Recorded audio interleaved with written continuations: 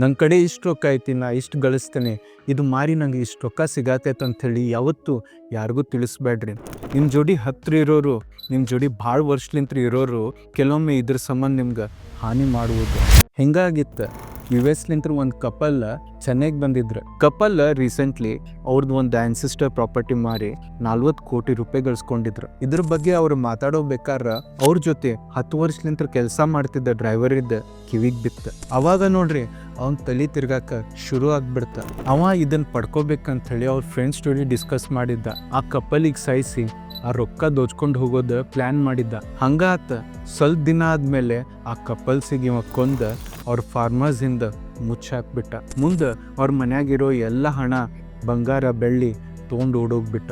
58 ವರ್ಷದ ಶ್ರೀಕಾಂತ್ ಮತ್ತು 55 ವರ್ಷದ ಅನುರಾಧ ಎಲ್ಲಿ ಹೋಗ್ಯಾರ ಅಂತ ಹೇಳಿ ಪೊಲೀಸರು ಇನ್ವೆಸ್ಟಿಗೇಷನ್ ಮಾಡತ್ತಿದ್ರು. ಎದಕ್ಕಂದ್ರೆ US ಅವ್ರ ಮಗಳು ಅವ್ರ ಮಮ್ಮಿ ಪಪ್ಪಾಗ ಹುಡ್ಕಾಕ ಭಾಳ ಪ್ರಯತ್ನ ಮಾಡತ್ತಿದ್ಲ. ಸ್ವಲ್ಪ ದಿನ ಇನ್ವೆಸ್ಟಿಗೇಷನ್ ಮಾಡಿದಾಗ ಅವ್ರ ಬಾಡಿ ಸಿಕ್ತ. ಮುಂದೆ CCTV ಚೆಕ್ ಮಾಡಿದಾಗ ಅವ್ರಿಬ್ರು ಕಲ್ಪ್ರೇಟ್ ಸಿಕ್ ಬಿದ್ರ.